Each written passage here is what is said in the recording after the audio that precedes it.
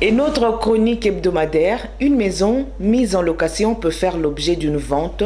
Tout dépend de la décision du propriétaire qui, pour une raison ou une autre, décide de vendre librement sa propriété. Sachez quand même qu'il a l'obligation légale d'en informer le locataire de façon non équivoque. Le locataire a pour cela 3 mois ou 6 mois, selon qu'il s'agit d'un bail résidentiel, commercial ou industriel, pour donner sa position. N'est-ce pas, Freddy Monsois? Kinshasa avec son lot de surprises. Les locataires qui vivent souvent la corde au cou à cause des relations souvent tumultueuses entre eux et le bailleur touchent le fond lorsque ces derniers se font déguerpir sans autre forme de procès. Bénéficiant pourtant du droit de préemption, le locataire ne comprend pas comment le bailleur, pour une raison ou une autre, le jette dans la rue sans préavis. En ce qui concerne la vente d'un immeuble, sachez que le droit de préemption est un droit légal, contractuel accordé à certaines personnes, privées, publiques, physiques ou morales, d'acquérir un bien par propriété ou toute autre personne lorsque le propriétaire manifeste sa volonté de le vendre. Une préemption résulte soit de la loi, soit d'un contrat entre les intéressés, dans le cas d'espèces, entre bailleurs et locataires. Selon les dispositions légales par rapport au droit de préemption, le propriétaire doit notifier préalablement à la vente son projet de vente au titulaire du droit de préemption, c'est-à-dire au locataire. Le titulaire du droit de préemption a généralement 3 mois si l'on s'en tient à la durée des préavis autorisés par la commune pour faire connaître sa réponse. À défaut de réponse dans ce délai, il est réputé avoir renoncé à son droit de préemption et le propriétaire peut alors vendre son bien librement.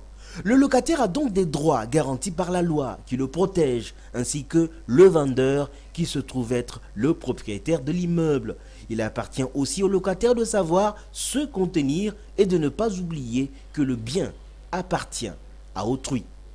Les journaux parus cette semaine ont été sélectionnés par Diomopé Pengalula et commentés par Julie Moutonde. Suivez plutôt.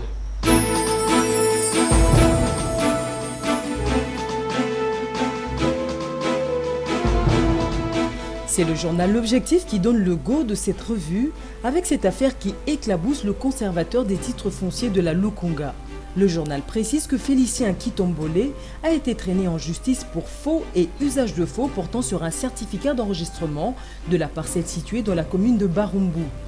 Ce faux, explique le journal, a consisté à délivrer des faux documents parcellaires à Eric Kazadi, frère biologique du citant Betou. Du côté de la partie prévenue, on a brandi les exceptions liées à l'obscurité de l'exploit introductif d'instances, du défaut de qualité et la prescription de l'action publique. Après avoir entendu toutes les parties, le tribunal a pris les exceptions en délibéré pour se prononcer dans le délai légal. Direction la Cour suprême de justice où le journal Le Guide renseigne que le député national Mohindo Nzangi a été condamné à 3 ans de prison ferme pour entre autres atteinte à la sûreté de l'État.